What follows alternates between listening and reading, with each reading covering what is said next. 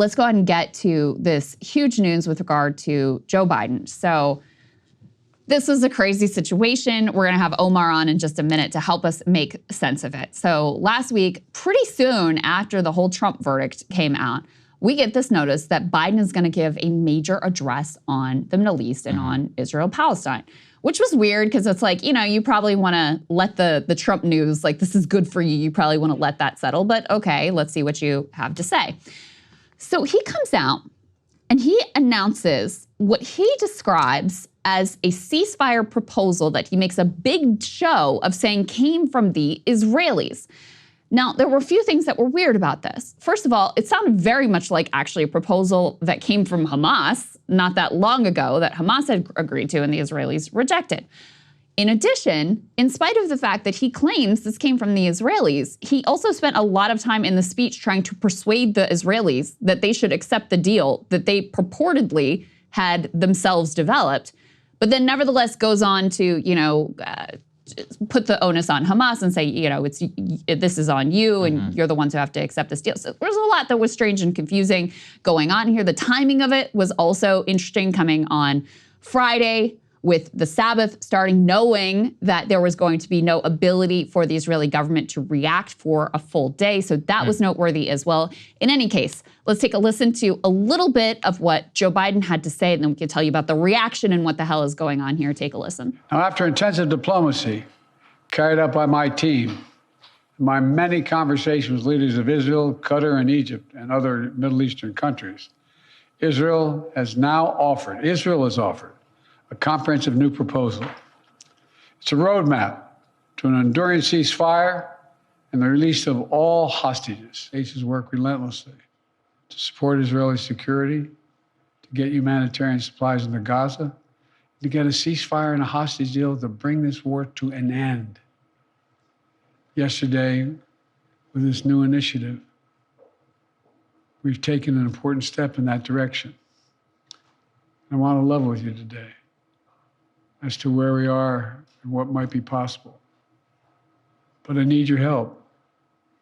Everyone who wants peace now must raise their voices and let the leaders know they should take this deal, work to make it real, make it lasting, and forge a better future out of the tragic terror attack and war. It's time to begin this new stage, for the hostages to come home, for Israel to be secure, for the suffering to stop. It's time for this war to end. Time for this war to end. All right, let's put the details of this proposal up on the screen. Some things are left, I think, intentionally vague, but this is the framework that the White House tweeted out, along with text that said Israel has now offered, again, putting this on Israel, a roadmap to an enduring ceasefire and the release of all the hostages. Yesterday, this proposal was transmitted to Qatar, to Hamas.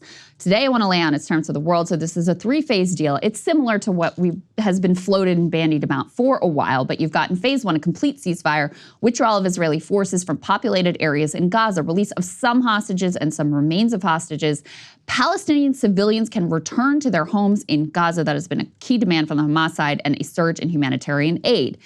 In phase two, which according to Biden, and this is actually critical, phase one would continue with the complete ceasefire until the phase two details could all be worked out. That was previously a major sticking point on the Israeli side. Okay, phase two, permanent end to hostilities. Exchange for the release of remaining living hostages, Israeli forces withdraw from Gaza. And in phase three, you have major reconstruction plan. This is quote unquote day after. Final remains of hostages are returned to their families. We have some reaction from all sides to this, again, proposal that supposedly came from the Israelis. Let's put this up on the screen from Bibi Netanyahu. He says, Israel's conditions for ending the war have not changed. The destruction of Hamas's military and governing capabilities, the freeing of all hostages, and ensuring that Gaza no longer poses a threat to Israel. Israel will continue to insist these conditions are met before a permanent ceasefire is put in place. The notion that Israel will agree to a permanent ceasefire before these conditions are fulfilled is a non-starter. a non-starter. Now, he doesn't definitively say no to this proposal, but the language seems to suggest. There was another statement from the Israelis. Let's put this up on the screen. This is a statement from the Prime Minister's office, again, from Bibi. The government of Israel is united in its desire to return the hostages as soon as possible, is working to achieve this goal. The Prime Minister authorized the negotiating team to present a proposal to that end, which would also enable Israel to continue the war until all its objectives are achieved, including the destruction of Hamas's military and governing capabilities.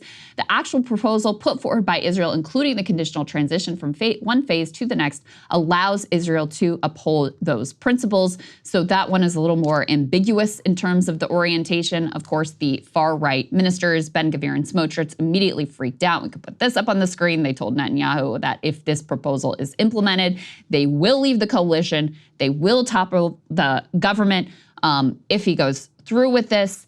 And you know, Saagar, I'm interested to get your reaction. Meanwhile, and we'll get to this in a minute, Hamas actually responded positively, said they're interested in engaging with this. So I'm not really sure what's going on here. I think the vagueness of what Biden put forward is a key piece here.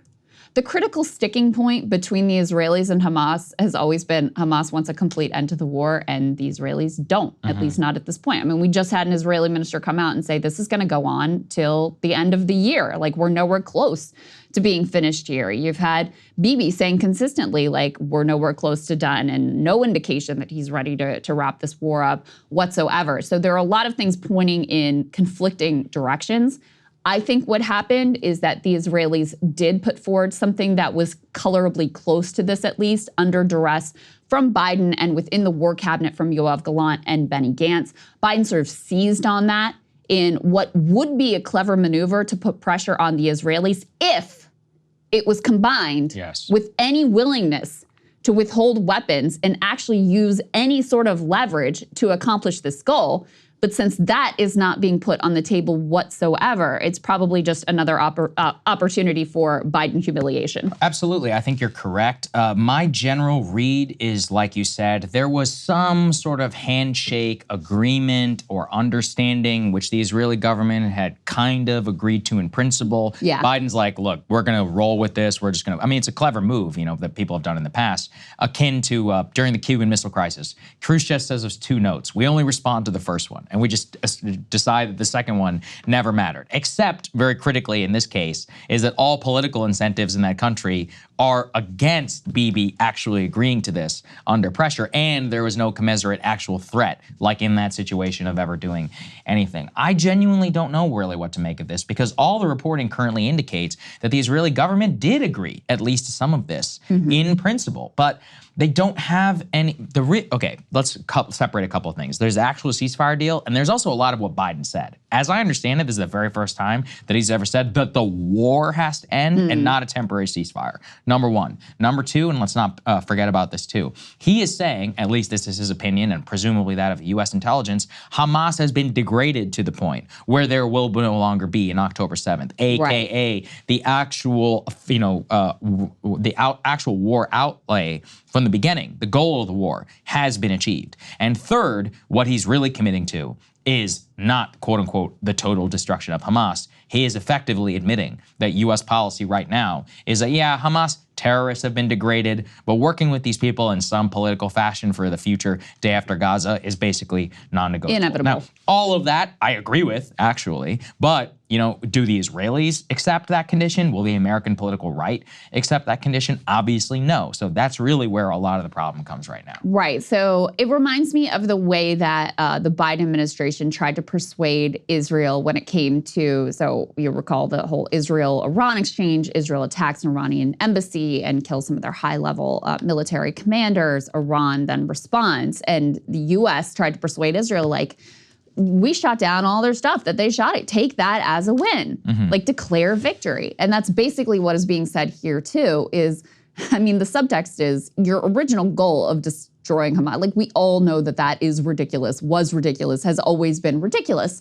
So just frame what you've done as a win. Just be like, they're degraded and this many battalions taken out and this much of the tunnel system, and we promise they can't do another October 7th, whatever. Like, take that as the win and wrap this thing up. Again, since there's no willingness to actually assert U.S. power in this regard, it's only more words. How much does it mean? Not a whole lot. But to your point, Saagar, about we have gotten confirmation from a number of sources that the Israelis did somewhat agree to some facets of this or some semblance of what Biden put forward. We can put this up on the screen.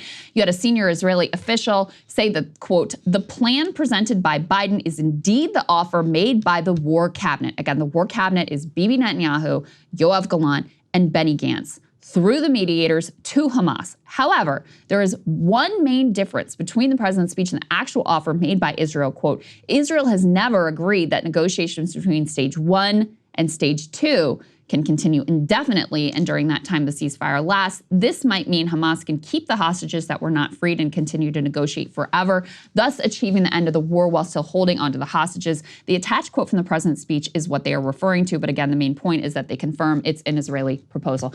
This is a key part, though, because, okay, if you recall, in phase 1, there is a complete ceasefire and there's an exchange of a significant number of the hostages and the hostage remains.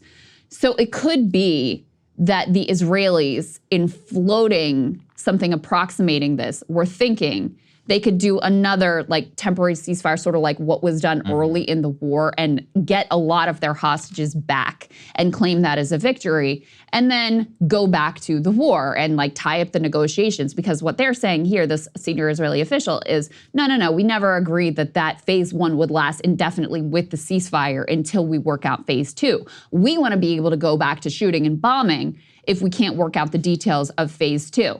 So that may have been the thinking, is we'll put forward what appears to be a decent faith, like phase 3 ceasefire, total ceasefire proposal to placate Hamas, whose demand is that this thing ends completely, with no intention of really ever going beyond phase 1. That's kind of what I read as one possibility into this. As I mentioned before, let's put this up on the screen from the Hamas side.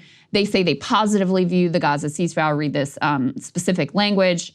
Quote, Hamas confirms its readiness to deal positively in a constructive manner with any proposal that is based on the permanent ceasefire and the full withdrawal of Israeli forces from the Gaza Strip, the reconstruction of Gaza, the return of the displaced to their places, along with the fulfillment of a genuine prisoner swap deal if the occupation clearly announces commitment to such deal. So that's the Hamas side of things. We'll see how they react to the specifics in this proposal. But Saagar, that's kind of where we are. Yeah, I think that's a good place to bring in our guest, Omar Badar. He's standing by. Let's get to it. All right, guys, very happy to be joined in studio today by Omar Badar. He is a Palestinian-American political analyst who has been just such a great resource on all of these things. So great to see you, Omar. Thank you so much. Good to see you, here. Yeah, our pleasure. We just went through what Biden said, the ceasefire proposal that is purportedly from the Israelis, but the Israelis aren't so sure that they're in love with this thing at this point. I mean, what did you make of this whole situation? Yeah, look, I think it's worth backing up just to kind of set the context for this a little bit and talking about what Israel's goals are in this process, right? They have two stated goals. One is the defeat of Hamas militarily, and the second is the forcible retrieval of hostages. And those two declared goals have been a complete and total failure on their part. There's just no question about it. There is a third, not officially declared, but very strongly implied, and it's very visible when you look at the situation on the ground, which is effectively to ethnically cleanse Gaza through this genocidal violence campaign that they are currently carrying out. And that they see as a way to actually achieve one of those goals, the defeat of Hamas, in an indirect way. You know, to use the language of Benjamin Netanyahu himself, he's talking about thinning the population in Gaza down to a minimum. And that's how he sees a path forward where he can present an image of victory when there is no victory otherwise for Israel to be had.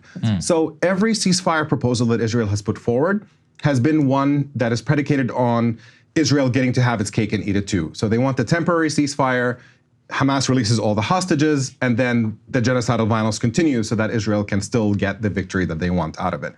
Obviously, that's a ridiculous proposition. It's a non-starter. There is no incentive for Hamas to accept it, and it's not going to lead to anything positive. This is not anybody who starts from a functioning moral compass cannot go along with a proposal like that. Okay, and then let's get to the ceasefire proposal itself. What is the incentive here? What are the details and then the incentive? So we set it up, you know, in terms of that, but what are the details that jumped out at you as to whether this is sincere or not, and whether it will actually be accepted? Yeah, so in contrast to this Israeli position, the Hamas position is we're willing to give up the hostages, but we need a permanent ceasefire. Sure. And there seems to have been an Israeli proposal at some point that has that as a staggered process, where you start with a temporary 6-week ceasefire, you do most of the hostage versus prisoner exchanges, and then you potentially transition into a permanent ceasefire that is based on some conditions. In this case, Israel's conditions are still Israeli victory, the defeat of Hamas, the elimination of Hamas rule in Gaza.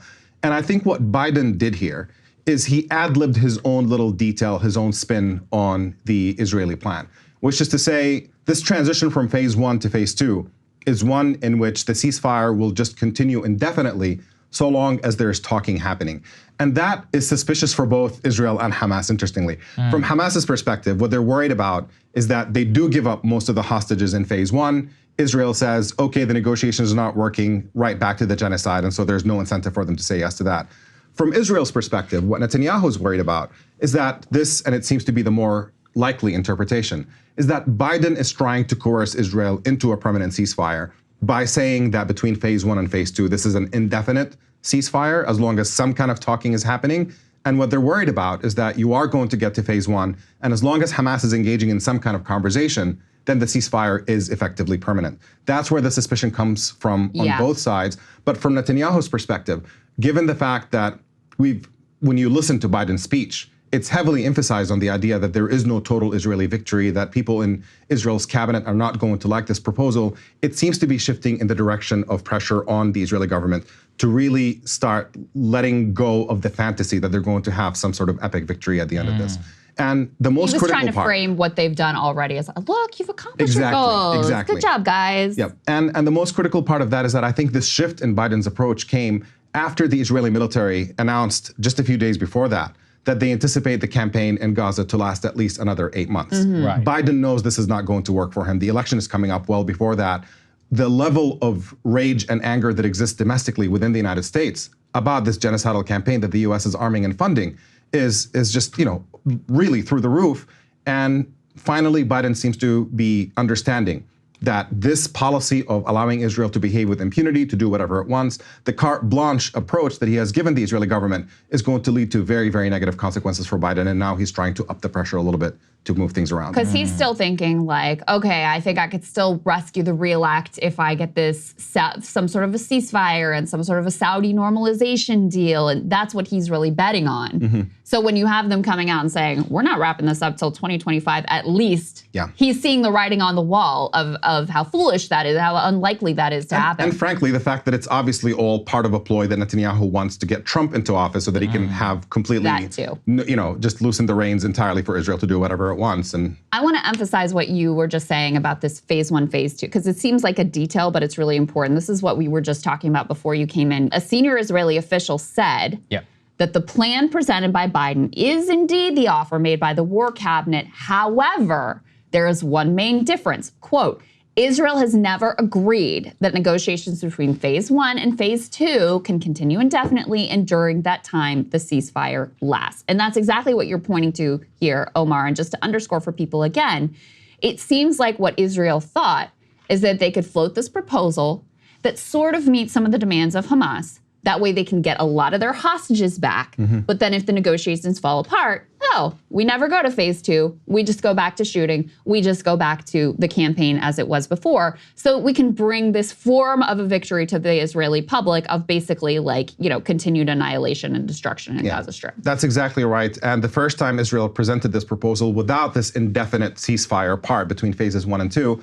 Hamas said no to it. And Israeli press reported that Netanyahu is effectively relieved that Hamas had said no to it because he's very nervous about the prospect of Israel being in a position where they're going to be coerced into a permanent ceasefire as a result of that. And it's not something, for personal reasons, it's not something that he wants. The second this onslaught ends is immediately the second that there is accountability for Benjamin Netanyahu. And it's, getting out of office is one thing, and potentially worse, this is about completely ruining his legacy. Right. And he's just clinging with his claws, trying to salvage some image of victory, not just for his immediate political position, but for his legacy as well. And that's simply just not going to happen. There is no realistic path forward. And the question is, how many more Palestinian children are going to be slaughtered in order to feed Netanyahu's fantasy? And at what point is our government going to say enough is enough? So that's the question is then, and what is the fallout from this? Is this just going to dissolve like every other ceasefire? I mean, already the Israelis have effectively disavowed it, at least somewhat. The Hamas, as you said, is kind of supportive of it, but not really in terms of the talking. And then the U.S. just seems to be on the phone all the time. So what is the likely, 1 week from now, what do you think is going to be happening? Look, I think the only question that can answer that is to say, is Biden going to find a backbone on this or not? And so far, if the record is indicative of anything, it's that he does not have a backbone on this issue.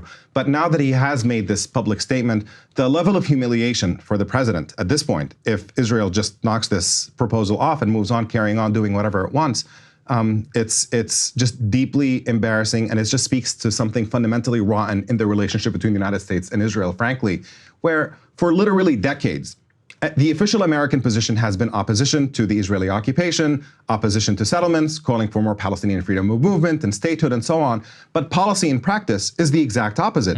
It is providing Israel with unlimited military funding, unconditional diplomatic support, using its veto at the UN left and right to shield Israel from accountability.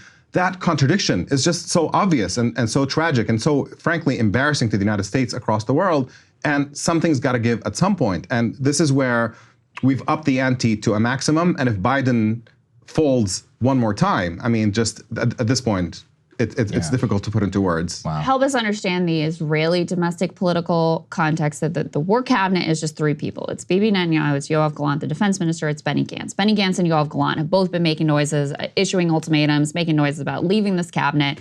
You had apparently Smotrich and Ben-Gvir were not read in on whatever this proposal originally was. They immediately freak out, threaten to leave. Bibi's coalition that could potentially topple his government. However, you have other Yair Lapid who says, no, we'll back you up so the government will fall. What are the political calculations here for Bibi at this point? Because unfortunately, only 4% of Jewish Israelis say that the IDF has gone too far in Gaza. However, there are splits and divides in society, specifically with regard to the hostages. There's been a huge protest movement that wants the government to be more focused on bringing home the hostages. So how is his political future being determined in this moment? Yeah, I think there's a contrast that both of these things are true. But when he talks about the threat that Smotrich and Ben-Gvir pose to his ministership, if they were to quit, that government falls apart, that I think is the one that he's more invested in, because at the end of the day, the more pragmatic pragmatic in the Israeli context. I should always preface these things. Yes. On Benny Gantz's side, those are competition for Netanyahu. These are not people that Netanyahu can trust were going to have his back really in the long term. They might have his back long enough to actually get this deal sorted out for the sake of getting some hostages back. But in the long term, they're not really invested in Netanyahu. They see him as an opponent. They want a change in leadership. And so Netanyahu has no long-term incentive to actually go along with that line. And right now, you have the dynamic is set that in a way where Netanyahu is being effectively accused of really straining the relationship between Israel and the United States to a maximum. But again, just when you look at what's happening domestically in the United States, is even more disheartening the way in which Congress lines up wall to wall to effectively back Netanyahu at a time in which Netanyahu is facing all this pressure domestically, even in Israel, of people who want him to make that deal, who's wanted by the ICC, the prosecutor. The warrants are not officially out, but the ICC prosecutor is looking for a warrant for Netanyahu for the atrocious war crimes he has committed. And for this to be a time in which the US Congress is willing to give Netanyahu some backing, I think is incredibly tragic. Yeah, inviting him to come speak to them. Yeah. Talk a little bit about the Saudi normalization deal that the Biden administration seems to really be, putting a lot of stock in, really putting a lot of sort of political chips on that. Not just beyond the Saudi deal in particular, it's the Abraham Accords more broadly, are just such an inflated talking point that people just make so much more of them than actually there is to be merited. These are governments that are already secretly in alliance with Israel. They have a common enemy in Iran. They are on the same team. For the sake of domestic consumption, they're not eager to be on good terms with Israel publicly because they know that's very costly. Even in Saudi Arabia, the polls about what people think of Israel and its onslaught on Palestinians, just significant, very, very significant dominant opposition, over 90% of people who want to see Saudi Arabia basically completely cut off Israel and isolate Israel as a result. So these governments understand that this is a deeply unpopular move to normalize relations. At the same time, they see the incentive to get closer to the United States, to operate more openly against Iranian interests in the region and so on. So they do want that deal. But talking about it as if it's some kind of peace deal, this magnificent thing, there is no war to begin with. There is no conflict between these governments and Israel. So to even talk about it as some kind of grand peace deal is just completely ridiculous. Right. And it's a talking point that Trump has used, and it's really unfortunate to see people like President Biden and many Democrats pay lip service to the idea that this is something that is really significant, that ought to be replicated and promoted as if it actually means anything at the end of the day. I mean, this gets to a broader question, I think, of, if Trump does get into office and this mess lands in his lap, how do you think it's going to play out for him? So obviously, I agree he will give Netanyahu everything he wants in the short term, or at the very least, the Israeli government. But one of his grand motivations was creating peace. But behind the scenes, do you think that even after this, that it is possible for the Saudis, the UAE, and the other Gulf regimes to still back some sort of Abraham Accords framework, given the level of pushback they would get in their own countries now at this point? It seems to me that it's blown up the Abraham Accords probably for all time. Yeah, it's interesting to see how that all plays out. Saudi Arabia has made very clear that basically any kind of normalization with Israel depends on Palestinians being given statehood. Right. Whether they actually stick to that long term, I mean, right now it's a particularly enraging moment in the region. Whether when things die down, that changes or not remains to be seen. But it's funny that there is this contrast between Trump and Biden on a personal level on this issue. Trump, on a personal level, does not give a crap about Israel. He just really does not care one way or the other. It's all about him, but the incentives for him politically in the Republican Party is to be as pro-Israel as possible. Right. And you see it in all of the rhetoric right now. Everything is directed at Biden as being insufficiently pro-Israel and how he's going to do more. And if Trump's history shows anything, it shows that indeed to be his calculus, that he's put between Jared Kushner and David Friedman and all kinds of pro-Israel extremists that have been put in place, giving Israel whatever it wants, recognizing Jerusalem as Israel's capital, kicking out the Palestinian ambassador in the United States, shutting down the American consulate in East Jerusalem. All of that, I mean, it's very clear that it's most likely what Trump is going to do is in fact make things worse for purely personal interest reasons, even though he does not care about Israel one way or the other. Biden is the exact opposite. Biden has a deep emotional investment in Israel, but all of his political incentives are saying, cut this out. Your base does not want this policy of continuing to support this murderous onslaught. It's an apartheid regime that is engaged in just absolutely horrific violence against an occupied people. And Israel's message to the world is there is no path forward in which Palestinians are free. They have to live permanently under siege and occupation, and if they don't like it, they can leave, or if they don't want to leave, then they can die.